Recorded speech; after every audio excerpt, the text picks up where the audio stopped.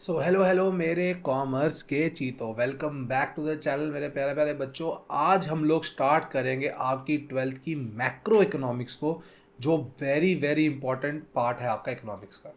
हम लोगों ने माइक्रो इकोनॉमिक्स के अंदर ए टू जेड, चाहे आपने चैप्टर नंबर 1 की बात इंट्रोडक्शन, हम लोगों ने उसके बाद प्रोडक्शन, कॉस्ट, डिमांड, सप्लाई, उसके साथ लास्ट में फॉर्म्स ऑफ मार्केट भी मैंने आपको बता दिया।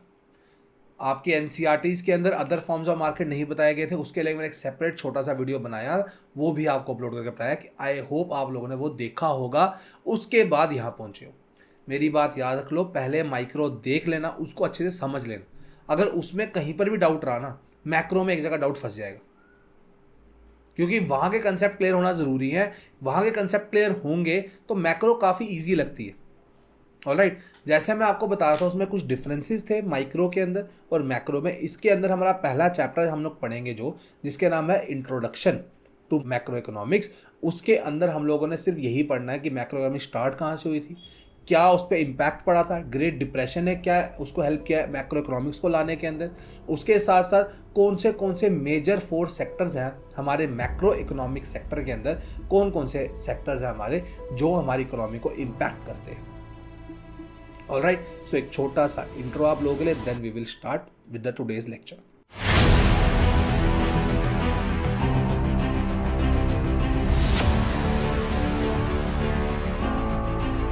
सो चैप्टर नंबर 1 है आपका आज इंट्रोडक्शन, जिसके अंदर हम मैक्रो इकोनॉमिक्स के बारे में बिल्कुल छोटी छोटी चीज़ें पढ़ेंगे कि मैक्रो इकोनॉमिक्स है क्या। सबसे पहले याद रख लो, जो मैक्रो वर्ड है आपका, वो एक वर्ड इंडियन वर्ड नहीं है, that is derive from the Greek, जिसका मतलब है, जिसको ग्रीक में बोलते हैं MAKRO, मैक्रो। ठीक है, जिसका मतलब होता है लार्ज, बड़ा। तो मैक्रो इकोनॉमिक्स जो है ना आपकी, वो बात करता है एग्रीगेट्स की, मतलब कि इम्पैक्ट करता है पूरी इकोनॉमी पे। माइक्रो बात करता था आपका एक सिंगल इंडिविजुअल के हिसाब से या सिंगल फर्म, कि एक बंदे की डिमांड कितनी है, एक बंदे का प्राइस कितना है, एक बंदा क्या प्रोडक्शन करना चाहता है, उसके बारे में बात। मैक्रो बात करता है एग्रीगेट्स, कि हाँ भाई सबका कितना प्रोडक्शन है, ओवरऑल इकोनॉमी की कितनी प्रोडक्शन है। अगर आपने वर्ड्स पढ़े होंगे, जीडीपी सुने होंगे वर्ड्स, जीडीपी कितना है, एम्प्लॉयमेंट लेवल क्या है, हम पूरे हिंदुस्तान की बात करते हैं, पूरे इंडिया की बात करते हैं उसमें, वो हम बात करते हैं मैक्रो लेवल पे, कि हमारे इंडिया की जो जीडीपी है वो इतनी गिर गई, हमारे इंडिया में आरबीआई की जो हमारी जो फॉरेन एक्सचेंज वैल्यू वो इतनी गिर गई। ये सब हम बात करते हैं मैक्रो इकोनॉमिक के ऊपर। सो macro economics is a branch of economics concern with the description and explanation of economic processes involving aggregates. Aggregates का मतलब होता है sum of all individual units, सबको प्लस कर दो। डिमांड से मैं बता था मार्केट डिमांड कितनी होती है, वैसे ही हिंदुस्तान में जितनी मार्केट है सबकी मार्केट का डिमांड को प्लस कर लो, तो है ना, फिर जाके आपको मिलेगा पूरे इंडिया की डिमांड। उसी हिसाब से बात करते हैं एग्रीगेट्स की। ये कहां से इमर्ज हुआ, इसके को माइक्रो इकोनॉमिक्स का जो फादर है उसका नाम है एडम स्मिथ, याद रख लेना भाई। मैक्रो का जो फादर है ना, इसका नाम है JM Keynes.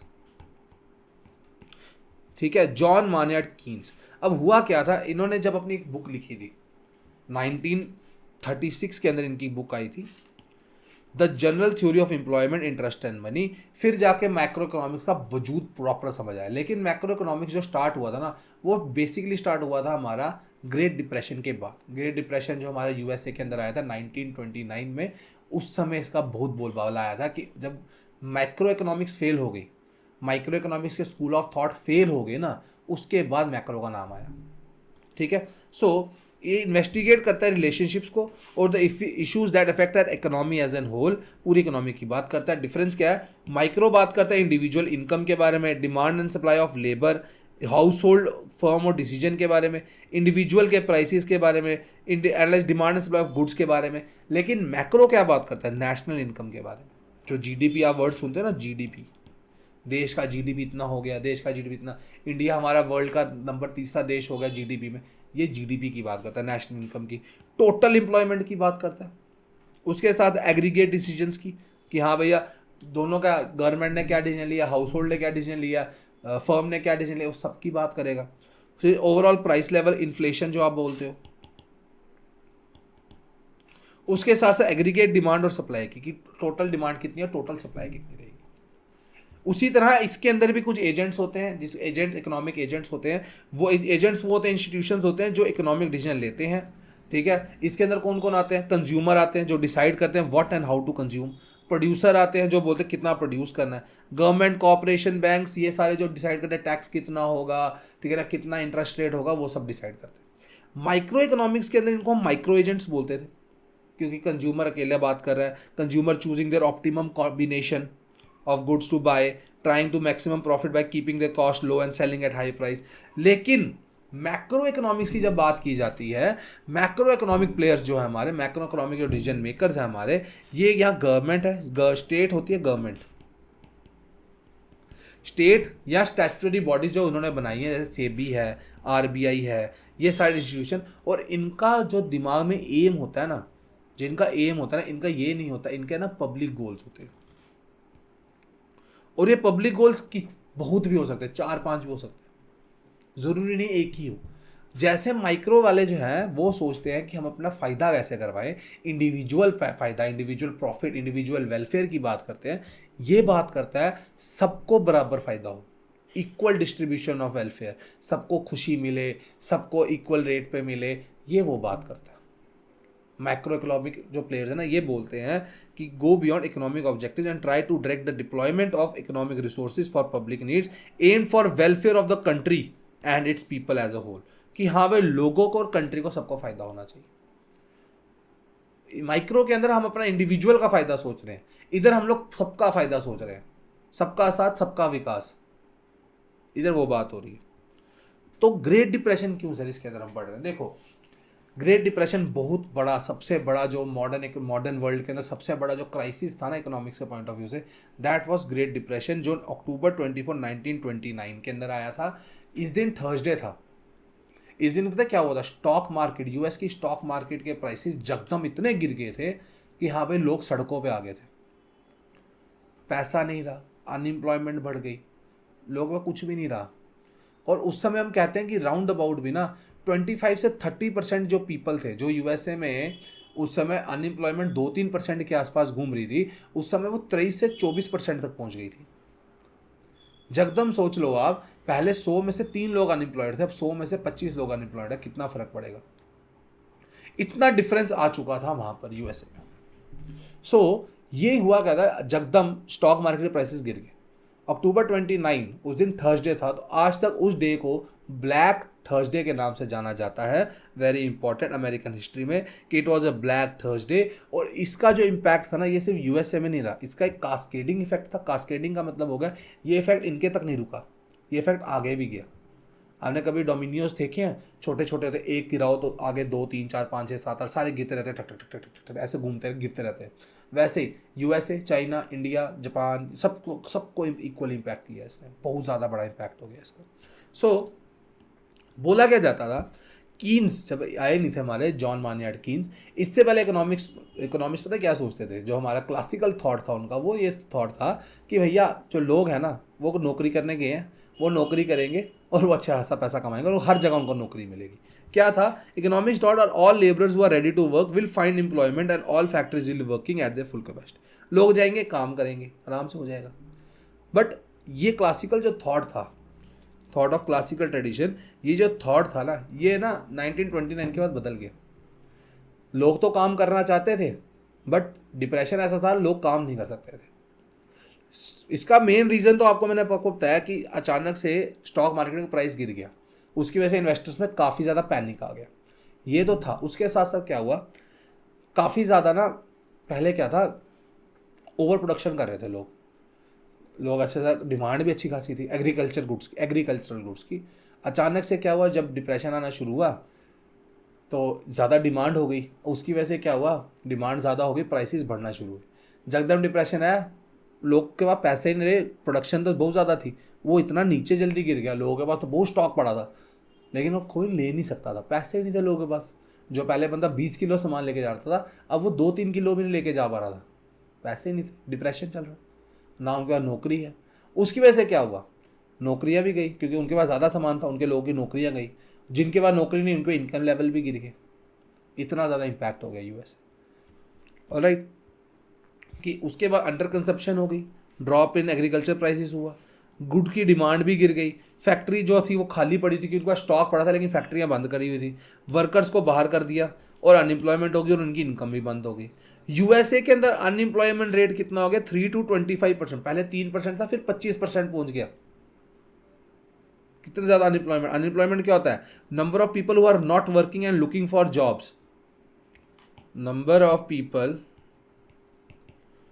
Looking for job upon total number working. कितने लोग हैं, हालांकि 100 बंदा काम ढूंढ रहा है और 30 बंदे काम कर रहे हैं, कितनी अनएम्प्लॉयमेंट होगी 3.3। The great depression led to the collapse of classical economic approach. इसकी वजह से जब क्लासिकल इकोनॉमिक्स बोलते हैं, इसका तो हमको रीजन नहीं पता भाई साहब, अब हम कुछ नहीं कर सकते। इस जगह पे मैक्रो इकोनॉमिक्स का जोर आया और कीन्स की जो थ्योरी थी ना उसका नाम पड़ा कि हाँ भैया ये जो चीज़ें हैं ना ये मैक्रो इकोनॉमिक के ऊपर बात की जाएगी, ये माइक्रो के हिसाब से नहीं। इसी वजह से कीन्स भाई साहब का नाम हो। यहाँ पर लिखा भी है मैंने, कॉजेज ऑफ डे डिप्रेशन क्या है कि टैरिफ बहुत ज़्यादा, टैक्स बहुत ज़्यादा, स्टॉक मार्केट तो मेन था आपका, ओवर प्रोडक्शन थी इंडस्ट्री और एग्रीकल्चर में, अनइक्वल डिस्ट्रीब्यूशन ऑफ वेल्थ थी, मॉनेटरी पॉलिसीज थी, मॉनेटरी पॉलिसी हम आगे पढ़ेंगे अभी, ये सारी बात। और मैक्रो इकोनॉमिक्स के अंदर ना कीन्स भाई साहब ने एक बड़ी इंपॉर्टेंट इकोनॉमी बताई हमको, कैपिटलिस्ट इकोनॉमी, जिसको फ्री रेन इकोनॉमी बोल दो।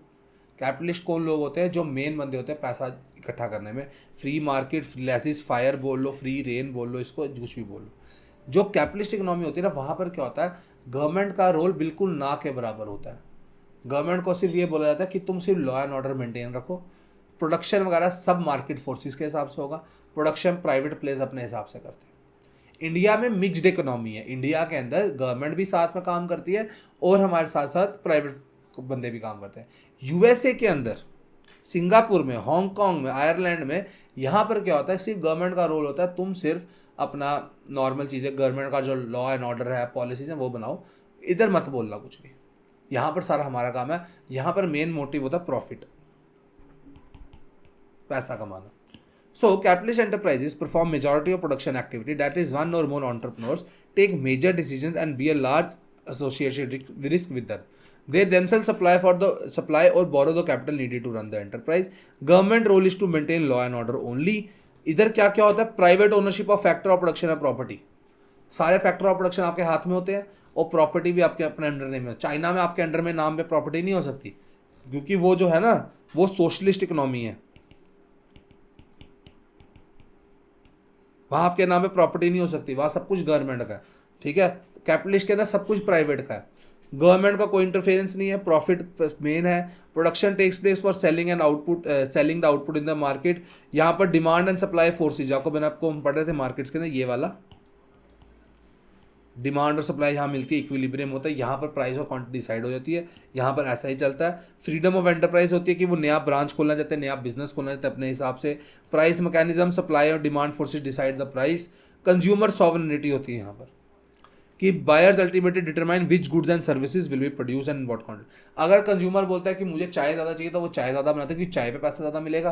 अगर कंज्यूमर ज़्यादा बोलता है मुझे कॉफ़ी चाहिए, वो कॉफ़ी ज़्यादा बनाएंगे तो कॉफ़ी ज़्यादा पैसा मिलता है। It means consumer is the king and he has a freedom to choose what goods and services you want.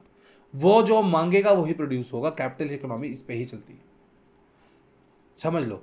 India जो है वो मिक्स्ड इकोनॉमी है। इंडिया के अंदर क्या है, जो लोग चाहते हैं वो तो मिल रहा है, लेकिन जो पुअर पीपल है उनके लिए गवर्नमेंट करा रही है, गवर्नमेंट रोड्स बने। देखो ना, कैपिटलिस्ट बोलेगा मुझे रोड बनाने का क्या फायदा, मुझे क्या मिल रहा है रोड बना के, ये स्ट्रीट लाइट बना के मुझे क्या मिल रहा है, मुझे तो कोई फायदा नहीं है इस चीज़ का। गवर्नमेंट वो चीज़ें बनाती है। कैपिटलिस्ट के अंदर कुछ नहीं होता, कैपिटलिस्ट में सब कुछ वही बना रहे हैं खुद ही, जो गवर्नमेंट लोग मांग रहे हैं वो लगवा दिए। ऑलराइट, कुछ टर्म्स हैं। रेवेन्यू क्या होता है, is money earn from the normal business operation, ये तो हमको पता, प्राइस इनटू क्वांटिटी। अगर आपने माइक्रो इकोनॉमिक्स की सीरीज पूरी देखी है उसके बाद देख रहे हो तो आपके लिए काफ़ी ईजी है चीज़ें समझना।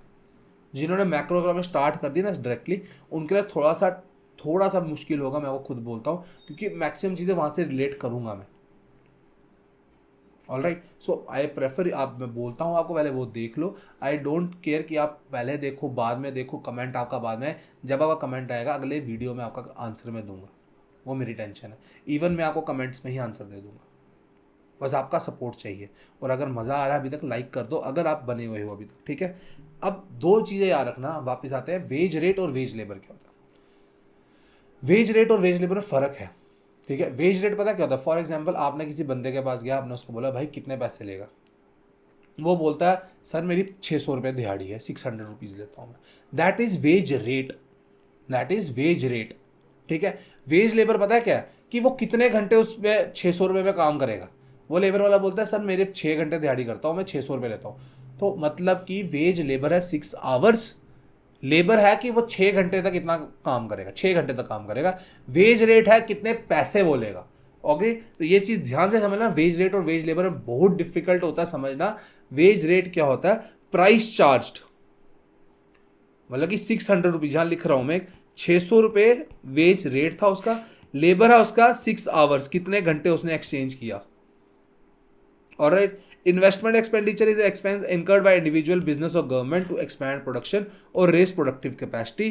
जैसे बिल्डिंग बनाना, ये जब जीडीपी पढ़ोगे उधर इन्वेस्टमेंट एक्सपेंडिचर पढ़ोगे कि हमें कितना पैसा आप खर्चोगे, इन्वेस्टमेंट करते हो पैसा खर्चना, वही चीज़ है। एंटरप्रेन्योर कौन बनता है, individual who takes the risk of starting his own business based on idea और product he developed, assuming most of the risk and earning most of the gains. He hires labor from the market and employs capital and land.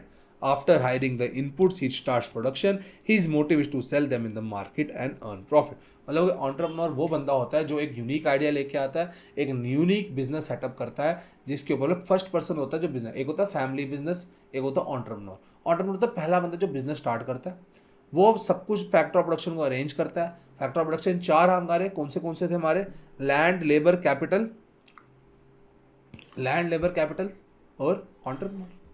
उन तीनों का arrange करेगा, तीन factor of production को, उनको काम पे लगाएगा, उसको सामान को बेचेगा, उससे प्रॉफिट अर्न करेगा। ये चीज़ बात कर रहा है।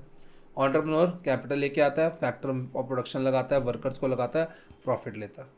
और यही जो है ना, ये कैपिटलिस्ट लेते हैं, ये कैपिटलिस्ट करते हैं सारा काम। एंटरप्रेन्योर इज द पर्सन वो कैपिटलिस्ट है। कैपिटलिस्ट कौन है, जो पैसा कमाना चाहता है, जो प्रॉफिट चाहता है। ऑलराइट, अब वेरी इंपॉर्टेंट थिंग हमको ध्यान रखनी पड़ेगी। देखो, अगर आप हायर क्लासेस में जाते हो, आपको 4 सेक्टर्स ऑफ इकोनॉमी को डिटेल में पढ़ाया जाता है। नेशनल इनकम के अंदर आपको 2 सेक्टर की इकोनॉमी का सर्कुलर फ्लो दिया हुआ है, मैं आपकी बात मानता हूँ। लेकिन ये चीज़ जानना जरूरी है, हमारी जो इंडिया है, जब इंडिया ने स्टार्ट किया था, इंडिया सिर्फ 2 सेक्टर इकोनॉमी था। फिर धीरे धीरे इंडिया 3 सेक्टर बना, और अब इंडिया एक एक्सटर्नल सेक्टर से भी ट्रेड करता है, तो इंडिया एक 4 सेक्टर इकोनॉमी। अगर मैं आपसे बात करूं, अगर मैं सिर्फ एच और एफ को ऐड करूंगा,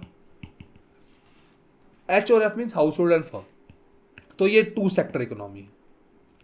आजकल के टाइम पे ये चीज नहीं चलती है, पहले का बहुत पॉइंट है, हाउस होल्ड और सिर्फ फर्म्स है।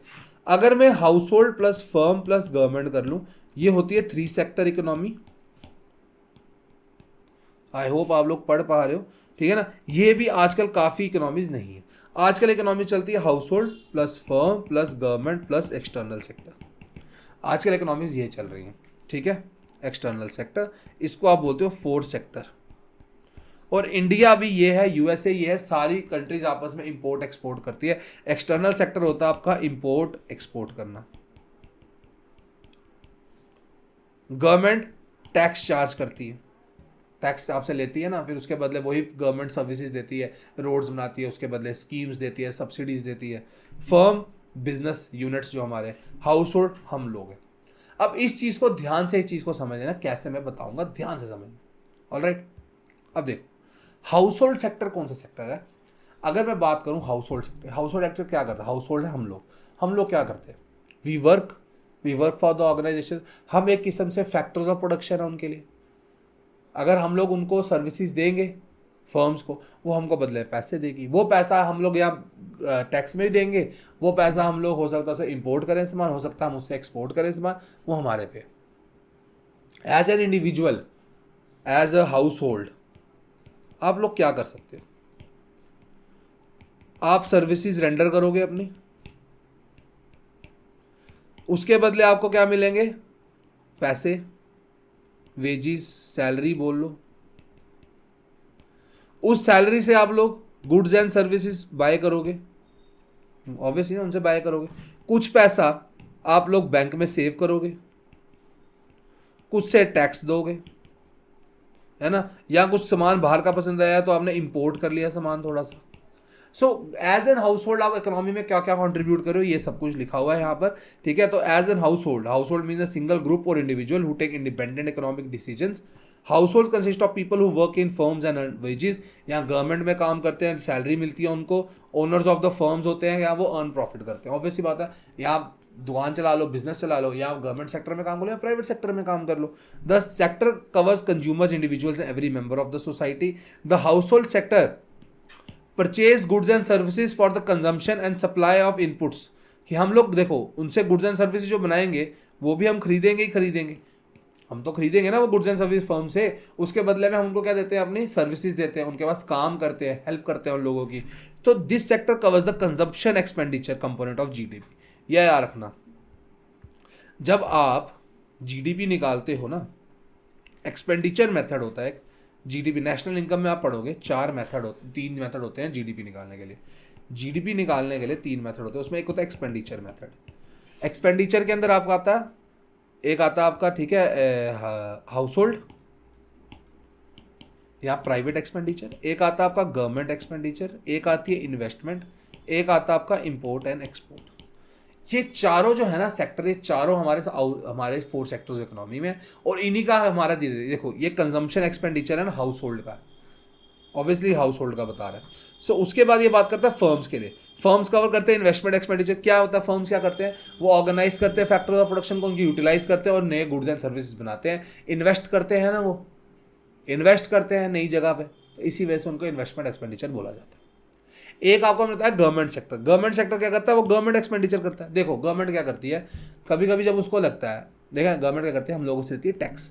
टैक्स उसको हाउस होल्ड भी देते हैं, हम लोग भी तो इनकम टैक्स देते हैं, फर्म बिजनेस भी देते हैं कॉर्पोरेट टैक्स वगैरह उन लोगों को, ठीक है। अब ये गवर्नमेंट उस टैक्स से क्या करते हैं, वो टैक्स इकट्ठा हुआ, फाइन्स पेनल्टीज वगैरह लोगों से लेके वो इकट्ठा हो गए पैसे, वो पैसे गवर्नमेंट खा थोड़ी जाती है, वो पैसे गवर्नमेंट यूटिलाइज करती है। कैसे यूटिलाइज करती है गवर्नमेंट, लोगों को सैलरी देती है, या आप स्कीम्स नहीं लेके आते हो, नई रोड बना देते हैं, नए प्रोजेक्ट्स बनाते हैं उस चीज़ के लिए, ठीक है ना। तो गवर्नमेंट वो पैसा टैक्स को लिवाई करती है हम पे, लिवाई का मतलब होता है टैक्स को लागू करती है हम लोगों पे।